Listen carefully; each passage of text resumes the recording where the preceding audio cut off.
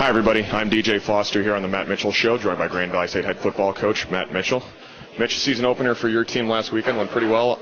Saturday night, a 38-17 win over Azusa Pacific. Great crowd, over 13,600 fans there. You took a 24-0 lead into halftime on 2 touchdown catches by Kirk Spencer and a Mike Rattay touchdown run. You extended that lead to 31-0 in the third quarter. Azusa Pacific came back and scored 17 straight points, but you scored a late touchdown to kind of close out the deal. What were your thoughts opening game? Obviously, there were some positives, some negatives. What do you think overall? Well, we're happy to get a win. I mean, it was a great crowd, great atmosphere. Azusa Pacific's a good squad. They won their last 4, and they had a lot of guys coming back off that squad. They're a very physical team. I think that they're physical at the line of scrimmage on both sides of the ball. So it was a good first game for us to get back to some physical play, which we're going to see in the GLIAC. So happy to get a win. I mean, if you look at the rest of our league, it was a bit of a rough opening for them. Sure. I think the rest of the teams were like 2-10, and we were the only team that won a game. So anytime you get a win, you're happy. At the same time, I think there's things you can look back on that we can be better at. Offensively, I'm not sure that there was a position group that played as well as they could. We had a couple new starters offensive line but I think our offensive line can play better. Our tight ends can play better. Everybody can play better on that side of the ball, but even before you get to that, a couple things that don't require any talent are ball security. We had troubles with some turnovers and too many penalties, too many errors before the ball snapped, procedural penalties, things like that. It was not so much the holdings or things that occur afterwards. So we just had too many penalties before the ball was snapped. So good football teams don't do those things on the offensive side of the ball, so we got to get back to work with that. Defensively, we got a lot of pressure on the quarterback, stopped the run in the first half, forced 4 turnovers, which is big. I mean, if we can cut down our offensive turnovers and keep that production up on that side, we're going to be in good shape. I thought our guys played with a lot of effort. They were really flying around on the defensive side of the ball. Tackling get a little bit better, and then there was we had 2 sudden change opportunities there off the Chris Robinson fumble. We gave up a pretty quick 7. And after they got a really big chunk punt return out of it, this was kind of a sudden change for me. We gave up a touchdown. So we had those 2 sudden changes, weren't very good on the third. To our kids' credit, we had 2 more sudden change opportunities in the fourth quarter that we did bowl our neck on and get stops on. And, after the Heath Parling interception, we went out there in a very critical time period and got a big goal line stand and got a stop. So, we showed fight on both sides of the ball, and it's not a lack of effort or anything. We just got to get some things cleaned up. I did think a positive for us was special teams. Sure. Our kickoff coverage was great. Kickoff return, we ripped the big one. Obviously our punt team swung the field for us. And then I can't say enough about our extra point field goal team with the true freshman out there at kicker. I mean, we were 6 for 6 with our kicks. And, put 9 points on the board, I think, with that. It would have put 7 points on the board with that team. So that's an effective day for that unit. Talk about the running backs, Mitch. Over 200 yards rushing between those 3 guys, Mike Rattay, Kirk Spencer, Chris Robinson. Over 100 yards receiving as well. And those 3 guys combined for 5 touchdowns. As Mike Rattay and Kirk Spencer each had 2 touchdowns apiece. Chris Robinson got in there as well. Obviously, that they seem to be the key of the game for you guys offensively. Yeah, and I mean, we knew coming back those were our best players. I thought Mike Rattay had a really solid game. He had great ball security all day. Was running really hard between the tackles, and then obviously caught some balls out of the backfield too, so it was very versatile. Chris Robinson getting back into the flow of things, getting back into the swing of things after the ACL injury, a year off, can be better. We had a botched exchange on a play, and I think he missed a couple cuts that maybe he could have. Something Chris will go back in, watch tape, and know he can get better. And then I thought Kirk Spencer did a great job out of the backfield. Great job in the passing game, allows things.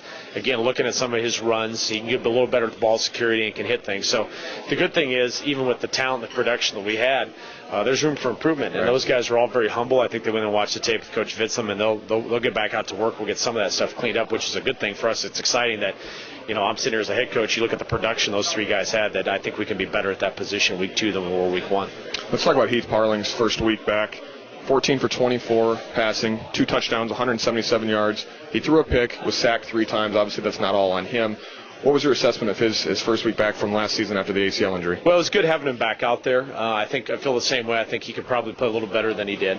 Azusa threw a lot of stuff at us that he had not seen on tape, a lot of different coverages and really doing a lot of different things. And so a couple of those sacks, I think were a result of a little bit of indecision. And I think that sometimes happens when you're facing a season opener with some new things getting thrown at your quarterback and he hasn't played a ton. So, he's kind of having to revert back to his knowledge base over a year ago and get it out. But the leadership's there. I mean, you can really tell that he's in charge of what's going on out there. He's very firm about what needs to happen. And, I thought for a first game back after a year off of football, because you got to remember, he didn't go through spring ball. He's really been in shorts and T-shirts in the summer. He's basically had like 2 weeks of practice to get back in the flow. It was a good start for him to, catapult the rest of his season. Defensively, as you mentioned, you had to deal with just a horse at the running back position, Terrell Watson, who put up 174 yards and scored twice. But defensively, as you said, you forced 4 turnovers. You held them scoreless in the first half. You had the big goal line stand late in the game to kind of, momentum builder for next week. Overall thoughts on the defense? I think we could tackle a little bit better than we did, but I think we did control line of scrimmage. Some of those rushing yards, there was a couple third downs where we were only rushing 3 and dropping 8. I was in a maximum coverage call, and they ran a draw, and he ripped us and those type of things. So some of those rushes that the rushing yards had, I think, are a couple things. One of it's a little bit's on me with our calls, and they're a little bit situationally dictated. And we're in some defenses potentially on third and long. We gave up a couple draws that we shouldn't. So on the first downs and second downs, when we knew they were running the ball, I thought we did a good job controlling line of scrimmage, controlling our gaps. They made some adjustments in the third quarter, and we're running a little bit different run scheme than we'd see in the first half. And, we were having to make some adjustments on the sideline. And so I think once we got that figured out, we played better. But he's a good back. I mean, you can see why he's had, I think, back-to-back 1,000-yard seasons. And they humped him. I mean, they got after him. He had over 30 carries and was in there for a lot of pass pro. And he's a good player. You're not going to see a whole lot of backs in Division II that big and that strong. And there's a reason he's been so successful in that league for the last couple of years. You talked about the special teams, Reggie Williams with the big kick return, but kind of talk about Joel Skipper. You mentioned it earlier, but how important is that for him to get off to a good start at home? He's a freshman, just graduated high school, 6 months ago. Talk about just how impressed you were with the special teams. I'm impressed, obviously, getting back to Joel. We had a competition throughout the course of camp, and he won that out. And, I told him when we told him he was going to be our kicker, I'm like, you're our guy, so if you miss one, don't let it affect you. And so I was really happy he got off to a great start. Mm-hmm. I think that, we have great chemistry there between him and, Isaiah Grimes is the holder, and also Lucas Kozu gets those snaps back there, and that's a critical portion. He feels comfortable with those guys up front. But the extra points are the extra points. Those should be gimmies. The field goal he had was off the left hash. It was more of an angle. It was a shorter kick. I thought he handled that very well. And for his first game out there, as a true freshman, we don't get a lot of those true freshmen playing in Grand Valley. Right. I thought he handled things very well. But Marco Iadrosa kicked off great. Average starting field position right about the 25. And it's great for our defense. Mm-hmm. Give us a lot of room to work with. Punt team swung the field. We gave up one punt return team, but that's not on Pecano. It's all my guys up front. The kickoff return, that was a big one to start the second half, which allowed us to get that 31-point lead. So, we should be good on special teams. We have 3 good specialists, in my opinion, with Pecano, Iadrosa, and Skipper. We have a great long snapper with Kozu. We have plenty of athletes to populate those teams. Sure. And that should be a strength for this squad in the 2013 season. And quite frankly, it has been the past couple years and needs to continue to be a dominant part of the game for us. Let's look ahead to Truman State this weekend, 7 p.m. in Lover Stadium, second home game in a row. They're 1-0 on the year. They defeated Southwest Baptist, 40-37 this past Saturday. They ran for almost 200 yards rushing. That's a positive for them. They gave up 475 yards passing. Obviously, that would be something I'm assuming you would like to exploit. What do you know about them? Obviously, first time you played them, so what do you know about Truman State?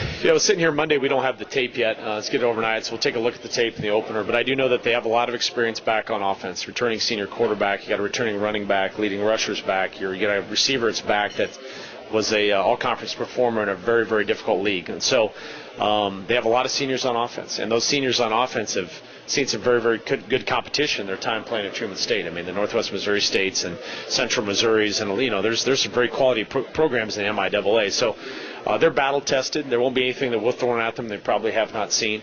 And so, they rush for a lot of yards. We've got to watch the tape and see how they did that. But they run a lot of different personnel groups, and they do a lot of moving parts to what they do. And so it's going to put some mental stress on our guys on the defensive side of the ball. So regards to their defense, can't really comment much on it because, like I said, my guys on offense have been watching it and haven't really seen it much.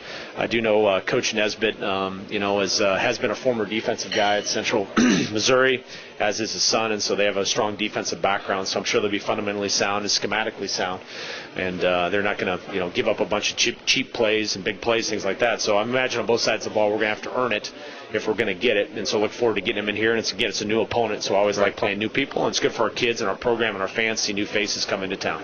Grand Valley State versus Truman State this Saturday night at Lover Stadium at 7 p.m. It's community night, so come on out and see the Lakers in Game 2 of the season. Mitch, thanks for your time today, and best of luck this weekend. Thank you.